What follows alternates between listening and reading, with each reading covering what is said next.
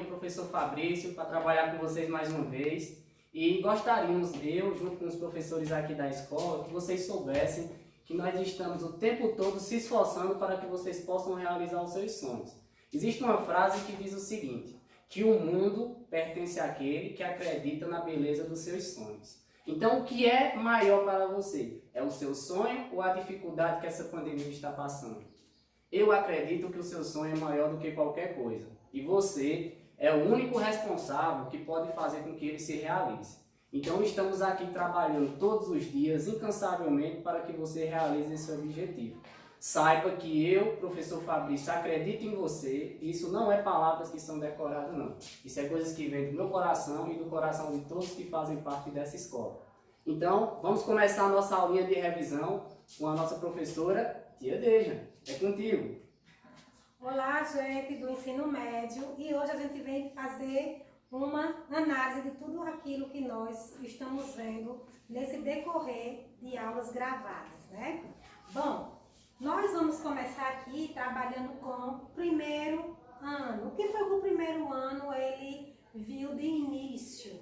De início, o primeiro ano ele começou a trabalhar com função do segundo grau, que nós trabalhamos com esta formulazinha, né, de x igual a menos b, mais ou menos raiz de delta. E aí, lembrando quem é delta? Delta é b ao quadrado menos 4 vezes a vezes c. Né? E aí, dentro de função, entrou também a equação de segundo grau, que nós utilizamos muito em problemas matemáticos. No segundo ano também, na primeira aula, os alunos do segundo ano, eles viram o Teorema de Pitágoras. O que é o Teorema de Pitágoras? É um teorema formado por retas paralelas e duas transversais, que nós trabalhamos com regra de 3 simples, certo? A gente observa muito a questão de proporção. E aí, na segunda aula, o primeiro e segundo ano já começaram a ver planificação de sólidos. O que é a planificação de sólidos? A gente vê o sólido geométrico e vai analisar o plano, aonde dentro do plano ele tem que conter o vértice, que é o ponto, a aresta, que é a reta, e a face, que é o plano. Então, aqui nós temos algumas planificações. Também nós vimos a área de figuras planas. Então, como vocês podem ver aqui embaixo, a gente tem 3 sólidos. A gente observa o que é a área, é tudo aquela superfície que contém algum formato utilizado.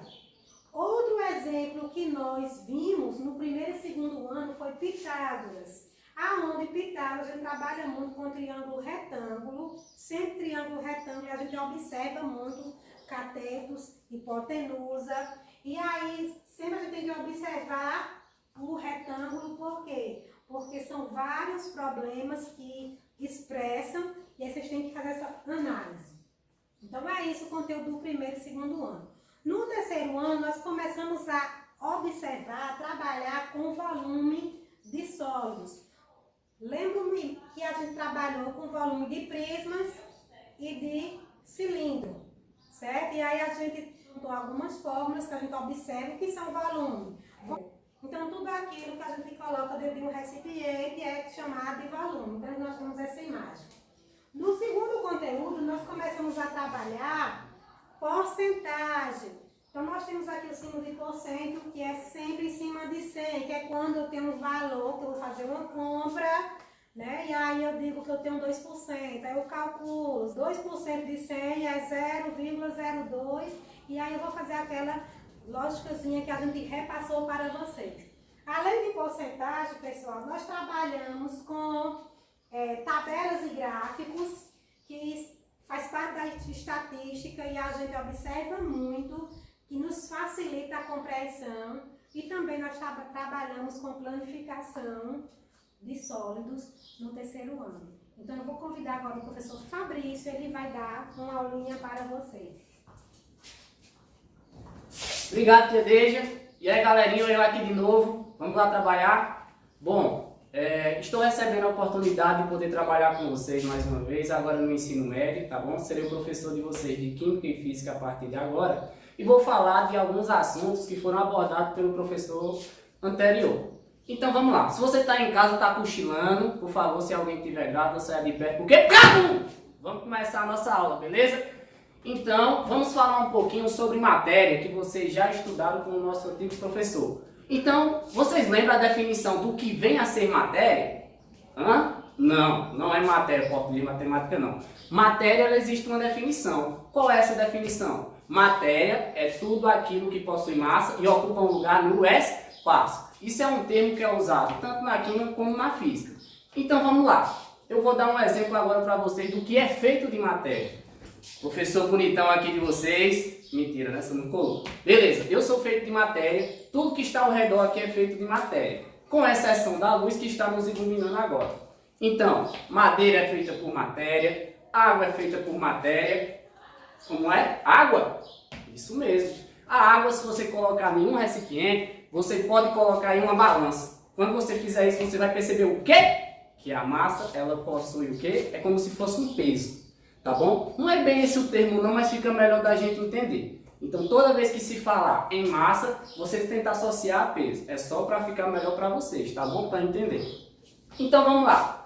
Se existe matéria, existe algo que é chamado de propriedades. O que são as propriedades? Gente, propriedade é bem simples. Existe um grupo de pessoas que estudam e vai ver o que é aquilo, para que serve, no que se transforma, de que maneira isso pode acontecer. Então vamos lá. Uma das propriedades é o seguinte: a matéria ela é feita por algo que nós chamamos de substâncias. O professor Felipe falou várias vezes para vocês o que era substância, não falou? Falou. Mas para vocês, a definiçãozinha, o que seria uma substância? Substância é algo bem bacaninha de se entender. Todos nós somos feitos por pequenos pedaços. E esses pequenos pedaços vão se unindo até formar algo que nós chamamos de corpo, que é a porção limitada da matéria. Pode olhar que eu tenho um limite. O meu corpo ele não vai até o infinito. Ele tem um tamanho, ele tem uma largura, ele tem um peso que nós costumamos dizer que ele é mais denso. Tranquilo? As substâncias são feitas por algo bem pequenininho que se chama moléculas. Exatamente. São os átomos, são os íons e entre outras coisas que eu vou abordar com vocês nas próximas aulas, tá bom? Além do que é composto, nós temos o seguinte. Vocês também estudaram algo que é chamado de fenômenos químicos e fenômenos físicos. Algo bem bacana da gente se entender. Sabe por quê? Fenômeno físico é aquilo que só vai estar ligado à aparência do objeto. Por exemplo, se tu pegar um pouquinho de papel e tu pegar e amassar ele e jogar no chão, esse papel deixou de ser papel? Não, com certeza não. Fica um papel feio, amassado, mas continua sendo papel. Agora, se tem roqueiro aí, eu pergunto a vocês. Se tu pegar uma guitarra e tu deixar lá no quarto, e deixar lá por vários anos, quando tu for olhar a cordinha da guitarra, tu vai perceber o seguinte, que provavelmente ela vai estar enferrujada. Quando a cordinha enferrujou, houve uma mudança. E quando há uma mudança no material, isso é uma transformação química. O interessante é que os nossos sentidos podem ajudar a gente a perceber. Então, tanto na cordinha, quando você toca aquela enferrujou, o som dela ela vai mudar. Se tu pega uma batata e como ela crua, ela vai ter um sabor, não vai? Com certeza vai ser um sabor horrível. Mas, se tu pegar essa batata e colocar para cozinhar, o que é que você vai observar? Quando você comer, o sabor vai estar melhor, dependendo do tempero. Porque se for o professor de vocês, vai estar muito ruim. Então, nós temos basicamente isso. Fenômeno físico, a matéria ela vai continuar sendo o mesmo material. E o fenômeno químico, o material ele vai se transformar. Tranquilo? Beleza. Então vamos lá. O que mais que vocês conseguiram estudar? Hein? Fala aí pro professor. Bom, vocês também estudaram algo bem interessantezinho, que é a questão da energia. Vocês sabiam que a energia ela não é feita de matéria? Não? Pois faça o seguinte. Para poder ser feito de matéria, como eu falei, tem que possuir massa e ocupar um lugar no espaço. Então, se tu pegar um pouco de luz e direcionar ele para uma balança, será se vai ter um peso daquilo? Ou seja, vai medir uma massa? Não. Então, se ele não possui massa, então provavelmente isso não vai ser matéria. Então, é um dos poucos exemplos. Isso que eu estou falando com vocês agora, você pode não enxergar, mas o meu bafo, mas a minha voz está indo até vocês através do que? De onda sonora. E essas ondas sonoras não tem como ocupar um lugar no espaço.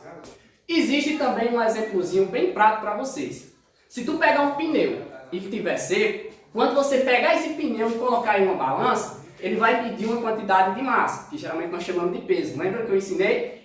Então, se tu pegar esse mesmo pneu vazio e tu encher ele de ar, quando você for pesar, você vai perceber que ele vai estar mais denso, ou seja, ele vai estar mais pesado. Isso quer dizer o quê? Que ali o ar está ocupando o espaço dentro do pneu e que ele possui massa, já que aumentou o peso. Foi estudado também algo que é bem complicado de se falar, que é a energia. Porque existem vários tipos de energia. Existe energia elétrica, existe energia química, que é o que vocês estudaram. Então vamos falar um pouquinho rapidinho sobre a energia química, mais conhecida como calor. Grandes estudos fizeram com que descobrisse que todo corpo ele só pode ganhar ou perder calor. E esse calor é uma forma de energia. Então, vai existir uma diferençazinha bem dark, light e white entre elas. O que é que vai acontecer? Tem um processo que quando o nosso corpo está perdendo calor, ele vai receber um nome. Ou seja, quando ele está perdendo energia, ele está cedendo energia. Por exemplo, se eu pegar uma madeira e pôr fogo nela, à medida que o fogo vai consumindo essa madeira, o calor dela está sendo passado para os outros que estão no seu ambiente. Ou seja, está tendo uma perda de energia, uma perda de calor. E como é que vai ser esse nome quando se está perdendo? Vai ser um nomezinho chamado de processo exotérmico. Olha, é quando o corpo ele vai perder a energia calor. E existe um nomezinho dado também para quando o corpo ele ganha essa energia. Porque, por exemplo, se eu acender a fogueira, enquanto a fogueira está perdendo calor, a pessoa que está ao redor está recebendo. Então, eu estou recebendo esse calor. Então, nesse caso, quando eu recebo o calor, eu recebo essa energia, isso vai levar outro nome, que é o nome de quê? Endotérmico. Então, bora lá, 1, 2, 3, pum! Vamos acordar, não pode cochilar não, tá bom? Outra coisa que vocês aprenderam bastante, além de energia, vocês aprenderam um pouquinho sobre movimento uniforme, que já é questão da física. Ou seja, é o movimento mais bacana que existe, porque nele não acontecem acidentes. Como assim, professor? Imagina lá, tu bota o somzão lá, evangélico de preferência, tu tá dirigindo. Então ali tá falando de um movimento em que um corpo, ele está em movimento constante. Ele nunca freia e ele nunca acelera. Ele está sempre a uma mesma velocidade. Outra coisa que também foi estudada com vocês foi a respeito da afração da luz. Professor, o que é isso? A luz, ela vai ter um posicionamento. Ela está se lançando para algum lugar. Só que às vezes algum material pode desviar isso. E quando ocorre esse desvio, ao você ver, você pode ver algo um pouco deformado. Que foi um exemplo que foi feito no vídeo anterior. Que foi colocar 2 lápis dentro de um copo com água. Dava a impressão que os 2 lápis estavam quebrados. Bom, galera, essa daqui foi a nossa revisão. Convido agora pra gente o professor Felipe! É isso aí, professor Fabrício. E hoje a gente vai falar um pouco também sobre as revisões do que passou diante esse tempo de pandemia, né? Esse tempozinho que estávamos aqui online com vocês todas as semanas, conversando com vocês. E vamos relembrar e refrescar também a cabeça um pouco sobre alguns conteúdos que a gente estudou uns dias aí atrás. Primeiro deles foi, vocês lembram? Plantas, Centro de Plantas e Ervas Medicinais, certo? Ah, professor, eu não estou lembrado. Vamos refrescar um pouquinho. O Centro de Plantas Medicinais, como eu já tinha falado nos vídeos anteriores, foi todo aquele processo em que a escola ela conseguiu construir um centro grande, enorme, onde tem diversas plantas medicinais encontradas aqui próximo à escola, onde essas ervas têm os seus benefícios para a medicina natural da comunidade, né, da aldeia. E essas plantas medicinais, elas servem também para muitas coisas. Então, pessoal, outro conteúdo que eu coloco aqui para vocês, que a gente estudou, que eu acho que vocês estão lembrados, é bem a questão do quê? Dos ácidos nucleicos. Ah, professor, não estou lembrado não dos ácidos nucleicos, não. É o famoso DNA e o RNA, que são as constituições genéticas, as informações genéticas do nosso corpo, que são passados de pai e mãe e formam uma nova característica. Então, pessoal, nessa aula que eu falei para vocês, a gente entrou também nas questões ambientais e sustentabilidade, onde eu mostrei para vocês os tipos de sustentabilidade, as maneiras de preservar, as maneiras de sustentar não, vamos melhorar essa palavra, de sustentabilidade em relação à natureza. Então eu trouxe umas imagens aqui, que eu vou mostrar para vocês daqui a pouco, um assunto que foi muito, que na verdade é polêmico, né? Que é a diversidade ameaçada. Trouxe para vocês alguns tipos de espécies que estão ameaçadas diante do nosso mundo, diante da nossa aldeia, da nossa comunidade também, de todo o Brasil. Então, foi um dos conteúdos que a gente abordou também diante desse tempo, que faz diversidades ameaçadas, são aquelas espécies que encontram-se ameaçadas ou que já estão sendo ameaçadas por nós seres humanos. E aí, pessoal, a gente entra na genética, que eu falei sobre o quê? A hereditariedade, que é a junção entre o DNA e a RNA, e também a divisão do zigoto, do homozigoto, o espermatozoide, o óvulo, a fecundação desses organismos, que vai gerar outro organismo, que aí a gente já intercala com a situação dos ácidos nucleicos, que aí, a partir dessa fecundação, que a gente sabe que o espermatozoide ele vai constituir 23 cromossomos e o óvulo vão ter 23. Quando acontece a relação sexual, ele vai se juntar e vai formar 46 cromossomos. Eu expliquei isso para vocês na nossa aula de genética e de hereditariedade, onde sabemos que a partir desse momento dessa fecundação vai formar o DNA. Olha lá, que quando falamos em hereditariedade ou DNA, significa as informações, ou seja, a cor do cabelo, a cor dos olhos, a cor da pele e entre outros organismos. Então, pessoal, a nossa aula, né, convida aqui a professora Deja e o professor Fabrício para a gente dizer a vocês que é muito importante estar aqui nesse momento, traçando esses conteúdos para vocês diante desse tempo online.